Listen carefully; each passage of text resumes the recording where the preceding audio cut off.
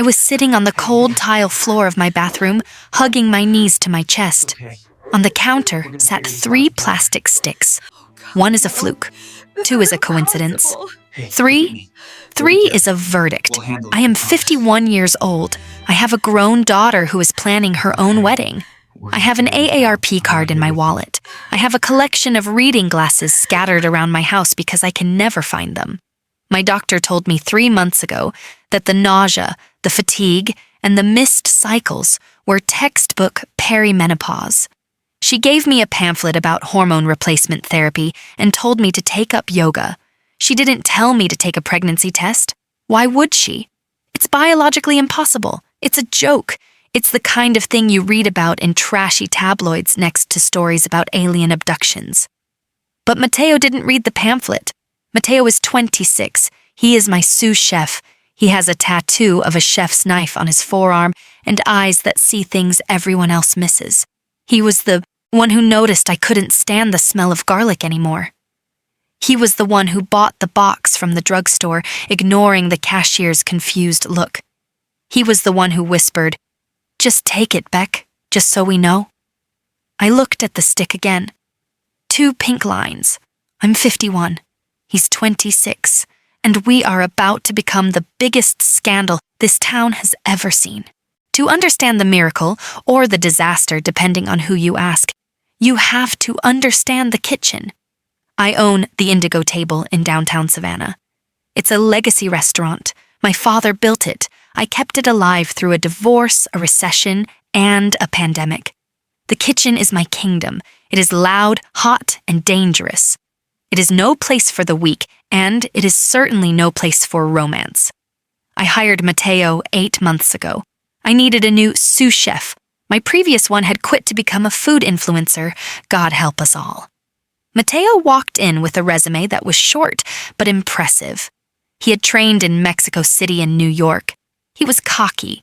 He was too handsome for a kitchen, too distracting. "I don't need a show pony," I told him during the interview, crossing my arms. "I need a workhorse." He didn't flinch. He just pulled a knife out of his roll. "I'm not here to look pretty, chef. I'm here to cook. Give me a basket of ingredients. If you don't like the dish, I walk." I gave him the mystery basket, the test I give all applicants. It contained turnips, stale bread, and a whole snapper. 40 minutes later, he presented a snapper crudo with a turnip top pesto and a breadcrumb salsa that made me want to weep. It was fresh. It was inventive. It was arrogant. "You're hired," I said, trying not to smile. "Don't be late." For the first 4 months, we were soldiers. He was 26, yes, but in the kitchen, age doesn't exist. Only competence exists. He anticipated my moves. If I reached for the salt, it was already there. If I needed a sear, the pan was already hot. We moved around each other like dancers in a ballet of fire and steel. I didn't look at him as a man. I looked at him as a set of hands. Until the night the AC broke. It was July in Georgia. The humidity was 98%. The air conditioning unit on the roof died in the middle of Friday night service. We pushed through. We sweated through our whites. By 11 p.m., the last ticket was fired, and the kitchen felt like the inside of a furnace. I sent the staff home. I stayed to do inventory. I was dizzy from the heat. I walked into the walk-in cooler, the giant refrigerator where we keep the produce, just to breathe. I leaned my head against the cold metal shelf, closing my eyes, letting the chill sink into my overheated skin. "Chef?" The door opened behind me. It was Matteo. He was holding a crate of lemons. He was sweating, his hair plastered to his forehead. "I thought you left," I murmured, not opening my eyes. "I don't leave until you leave," he said. He put the crate down. The door clicked shut, sealing us in the cold, quiet box. "You look exhausted, Rebecca." He didn't call me chef. He called me Rebecca. It sounded foreign on his tongue. "I'm fine," I said, straightening up. "Just a long shift. Go home, Matteo." He didn't move. He stood there, shivering slightly in his damp t-shirt. "You carry everything," he said softly. "The restaurant, the staff, the bills. When do you rest?" "I'll rest when I'm dead," I joked, the standard line. He stepped closer. In the fluorescent light of the cooler, his eyes were dark and intense. "That's a bad plan," he said. He reached out. His hand hovered near my face. "You have flour on your cheek." He brushed his thumb across my cheekbone. His skin was cold from the air, but his touch burned. I should have pulled away. I was his boss. I was old enough to be his mother, a fact my brain screamed at me daily. But I was so tired, and for the first time in years, someone was offering to take care of me. "Matteo," I warned, my voice trembling. "I know," he whispered. "I know the math, Rebecca. I know the rules." He leaned in. "But I've wanted to do this since the day you yelled at me about the turnips." He kissed me. It wasn't a tentative kiss. It tasted like adrenaline and exhaustion and cold air. I grabbed the lapels of his chef jacket. I pulled him closer. We stood there amidst the racks of ribeyes and crates of arugula, and we broke every rule in the employee handbook. We kept it secret, obviously. We were the incident in the cooler. Then we were the late-night inventory. Then we were us.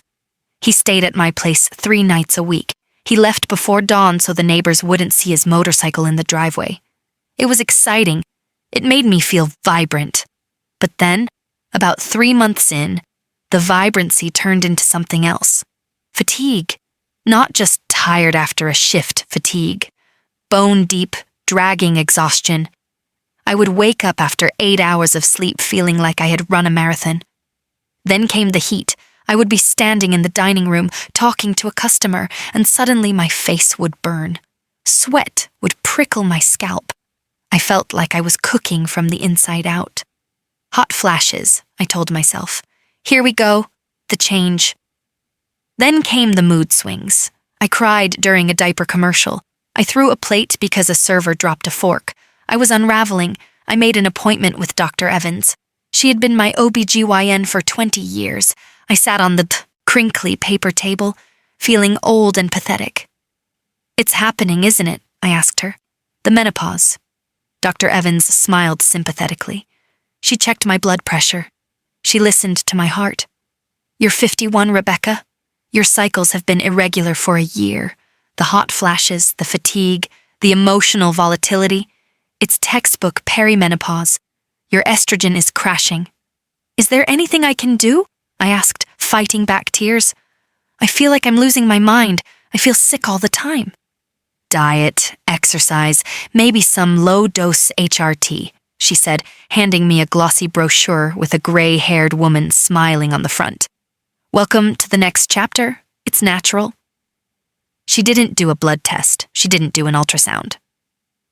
She looked at my birth date on the chart, and she made a diagnosis based on statistics. I left the office feeling dismissed. I felt like my body was shutting down, closing up shop. I drove home and broke up with Matteo. "I can't do this anymore," I told him that night. "Why?" Matteo asked, pacing my living room. "Did I do something?" "No," I sobbed. "I did something. I got old, Matteo. My doctor confirmed it today. My body is failing. I'm going through menopause. I'm drying up." "So?" he said, stopping in front of me. "You think I'm with you for your estrogen levels?" "You should be with someone who has a future," I yelled. "Someone who can give you, I don't know, a family? Someone whose body isn't a medical pamphlet." "I don't want a family," he said fiercely. "I want you." "You say that now, but you're 26. Go, please, before I hate myself more than I already do." I forced him out. I locked the door. I embraced the misery. A week passed. The restaurant was miserable. We worked in silence. The tension was thick enough to cut with a cleaver. Then came the garlic incident. It was a Tuesday prep shift. Matteo was roasting a tray of garlic confit, usually my favorite smell in the world. Sweet, savory, comforting. I walked into the kitchen. The scent hit me like a physical blow. My stomach lurched. The room spun. I clapped a hand over my mouth and ran. I barely made it to the staff bathroom before I was violently ill. I was rinsing my mouth out at the sink, shaking, when the door opened. It was Matteo. "Get out," I rasped. "This is the women's room." "I heard you retching from the line," he said. He didn't leave. He wet a paper towel and handed it to me. "It's the flu," I said. "Or the stress." He looked at me. He looked at my pale face. He looked at the way I was clutching my stomach. Then he frowned. "Rebecca," he said slowly, "you sent back the coffee delivery yesterday because you said the beans smelled burnt. You threw out the fresh salmon because you said it smelled fishy. Now the garlic? So? My senses are off. It's the hormones." "My sister has 3 kids," Matteo said. His voice was very quiet. "Good for her. She couldn't stand the smell of garlic when she was pregnant with my nephew." I froze. I stared at him in the mirror. "Don't be ridiculous," I snapped. "I'm 51. I haven't ovulated in months. Dr. Evans said my eggs are basically dust." "Did Dr. Evans test you?" "No, because she has a medical degree and common sense." Matteo crossed his arms. "My abuela had my tío when she was 48. They thought she had a tumor. It wasn't a tumor." "Matteo, stop! Take a test, Rebecca." "No. If it's negative, I'll never bring it up again. I'll accept the menopause. I'll accept the breakup. But you look sick, and it doesn't look like the flu." He reached into his pocket. He pulled out a small box. "I bought this on my break. Just take it. Prove me wrong." So there I was, on the floor. I picked up the stick. My hands were shaking so hard I almost dropped it. Positive, dark, bold, undeniable lines. I picked up the second one. Positive. I picked up the third one. Positive. The world tilted on its axis. Pregnant at 51. While my daughter was picking out flower arrangements for her wedding, I was pregnant. It was a medical anomaly. It was a statistical impossibility. It was a disaster. I unlocked the bathroom door. Matteo was sitting on the hallway floor, his head in his hands. He looked up. He saw my face. He didn't need to ask. He stood up slowly. He walked over to me. "Rebecca?" "It's positive," I whispered. The words felt like stones in my mouth. All of them. He let out a breath that sounded like a laugh and a sob mixed together. "Dios mío," he whispered. "Matteo, this is bad," I cried, panic rising in my chest. "This is dangerous. I'm old. The risks, the judgment. People will think I'm insane. People will think we're insane." "I don't care what people think," he said. He reached out and placed his hand on my stomach, my flat 51-year-old stomach that was harboring a secret grenade. "We made this," he said. There was wonder in his voice. "I can't have a baby, Matteo. I'm a grandmother in training." "You can," he said firmly. "And I'm going to be there. I'm not going anywhere, Rebecca. You can't fire me from this." I looked at him. This boy, this man, he wasn't scared, he was ready. But as I looked at the positive test, all I could think about was the phone call I had to make to Dr. Evans, and the phone call I had to make to my daughter, and the realization that my quiet, respectable life was over. I marched back into Dr. Evans' office 48 hours later. I didn't wait for an appointment. I slapped the 3 positive tests on her receptionist's desk and said, "I need to see her, now." When Dr. Evans walked in, she looked annoyed. Then she saw the tests.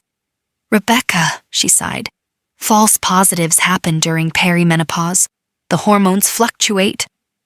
"Do an ultrasound," Matteo interrupted. He was standing in the corner, arms crossed, looking like a thunderstorm. "It's unnecessary," she began. "Do it," I commanded. So there we were, the cold gel on my stomach, the wand sliding over skin that had lost its elasticity years ago. The room was silent, and then a sound. Whoosh, whoosh, whoosh, fast, rhythmic, strong. The sound of a train chugging down a track. Dr. Evans dropped the wand. Her mouth actually fell open. "That's a heartbeat," she whispered. "I know what it is," I said, tears leaking out of the corners of my eyes. "How far along?" She scrambled to measure. 18 weeks. My God, Rebecca, you're almost halfway there. 18 weeks. The fatigue, the hot flashes, the mood swings. It wasn't the end of my fertility. It was a second act. Then came the label. Dr. Evans took off her gloves. She looked grave. Rebecca, we need to be realistic. This is a geriatric pregnancy, extremely high risk. The chances of chromosomal abnormalities, pre-eclampsia, gestational diabetes. At your age, the statistics are terrifying. She looked at Mateo, then back at me. Most women your age, they don't carry to term, or they choose not to. I felt Mateo stiffen. Is the baby healthy right now? He asked. It appears so, Dr. Evans said. But then we're keeping it, Mateo said. He looked at me. Right, Rebecca? I looked at the grainy black and white image on the screen, a tiny hand, a spine. I had spent 20 years building a business, raising a daughter, surviving a divorce. I was tired, I was old. But looking at that screen, I felt the fierce, primal roar wake up inside me. We're keeping it, I said, and Dr. Evans, next time a woman over 40 tells you she feels sick, maybe don't just hand her a pamphlet on yoga. The medical hurdle was the first mountain. The second was Sophie. My daughter was 24. She was getting married in 3 months. The world revolved around her, as it should. I hadn't told her yet. How do you tell your daughter, who is worrying about floral arrangements, that her mother is having a baby with a man 2 years older than the groom? We were at the final dress fitting. Sophie looked beautiful. Mom, she said, looking in the mirror, you're not drinking the champagne, and you're wearing that tent of a shirt. Are you gaining weight? You need to fit into your mother of the bride dress. I put the glass down. My hands were shaking. Sophie, I need to tell you something. She turned around, smiling. Did you book the band? No, I took a deep breath. I'm seeing someone. Mateo, from the kitchen. Her smile faltered. The sous chef? Mom, isn't he like my age? He's 26. Okay. She laughed nervously. Midlife crisis check. Whatever. Just don't. Bring him to the wedding. It's embarrassing. I have to bring him, I said quietly, because we're having a baby. The silence in the bridal salon was absolute. The seamstress stopped pinning. Sophie stared at me. What? I'm pregnant, Sophie. 18 weeks. Sophie's face twisted. You're pregnant? She screamed the word. You're 51. That is disgusting. Sophie, please. No, it's gross, Mom. You're supposed to be a grandmother soon, not this. People will think you're insane. People will laugh at us. She stepped off the podium, tripping on her train. You are ruining my wedding. You're going to be waddling down the aisle with a belly, with your boy toy. I hate you.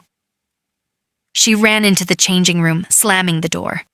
I sat on the velvet sofa, surrounded by tulle and judgment, and I let the tears fall. I knew it would be hard, but hearing your own child call you disgusting breaks something inside you that doesn't easily heal. News in Savannah travels faster than a hurricane. By the time I was 24 weeks, everyone knew. The widow chef is pregnant by the Mexican boy. She's old enough to be his mother. It's unnatural. I heard the whispers. I saw the stares when I walked through the dining room. Old friends, women I had known for decades, stopped calling. They didn't know how to categorize me anymore. I wasn't part of the grandma club. I was a pariah. One Tuesday, a regular customer, Mrs. Higgins, sent back her soup. I went to the table. Is something wrong with the bisque, Mrs. Higgins?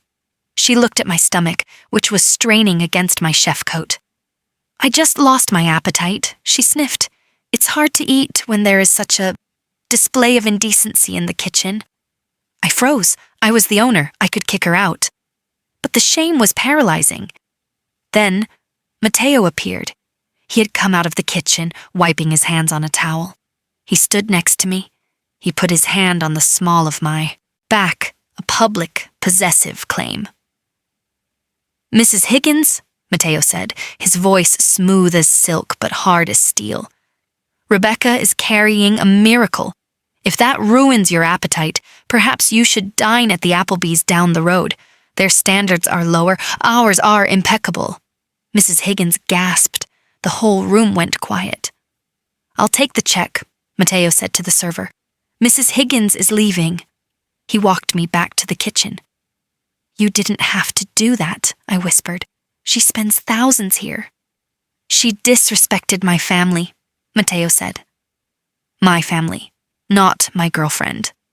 My family." In that moment, I stopped caring about the whispers. I had my tribe, and it was a tribe of two. But nature doesn't care about love. Nature cares about biology. At 32 weeks, the geriatric risk became a reality. I woke up with a headache that felt like a lightning strike. My vision was swimming. My hands were swollen like sausages. "Mateo!" I gasped. He was awake instantly. "Beck!" "I can't see," I whispered. "I can't see the clock." He didn't panic. He moved with the precision of a chef during a dinner rush. He called 911. He got me into the car before the ambulance even arrived. He drove like a madman to Memorial Hospital. Preeclampsia. Severe. My blood pressure was 190, 110. I was on the verge of a stroke. The ER was a blur of lights and shouting. "We have to deliver," a doctor yelled. "Now, or we lose both of them." "She's only 32 weeks, Mateo argued, his voice cracking for the first time. "It doesn't matter. Her liver is failing." I remember grabbing Mateo's hand as they wheeled me to the OR. "Mateo," I mumbled, the drugs kicking in. "If you have to, choose. Choose the baby. I've lived. He hasn't." "Shut up," Mateo sobbed, running alongside the gurney. "Nobody's dying today, Rebecca. You hear me? You are too stubborn to die." The doors swung shut. The last thing I saw was his face, terrified, young, and so full of love it broke my heart. Then the darkness took me. I woke up 2 days later. I was in the ICU. My body felt like it had been run over by a truck. Mateo was sleeping in a chair next to the bed, holding my hand. "Mateo?" I croaked. He shot up. "Rebecca, you're awake." "The baby?" "He's okay." Mateo smiled, tears streaming down his face. "He's small, 4 pounds, but he's a fighter. He's in the NICU." They wheeled me in to see him. Leo. We named him Leo. He was tiny, hooked up to wires and tubes. He looked fragile, but when I put my hand into the incubator, his tiny fingers curled around my thumb. And I knew I wasn't too old. I wasn't geriatric. I was his mother. The recovery was brutal. My body didn't bounce back like it did when I was 30. I had scars. I had aches. But watching Mateo hold his son, watching him become a father, it healed parts of me I didn't know were broken. Sophie's wedding was a month after Leo was born. I was terrified to go. I thought she would ban me, but she sent a car. I walked into the reception hall carrying Leo. Mateo was by my side, looking dapper in a suit. People stared. Let them stare. Sophie walked over in her white dress. She looked tired, wedding stress. She looked at me. Then she looked at the baby carrier. She hesitated.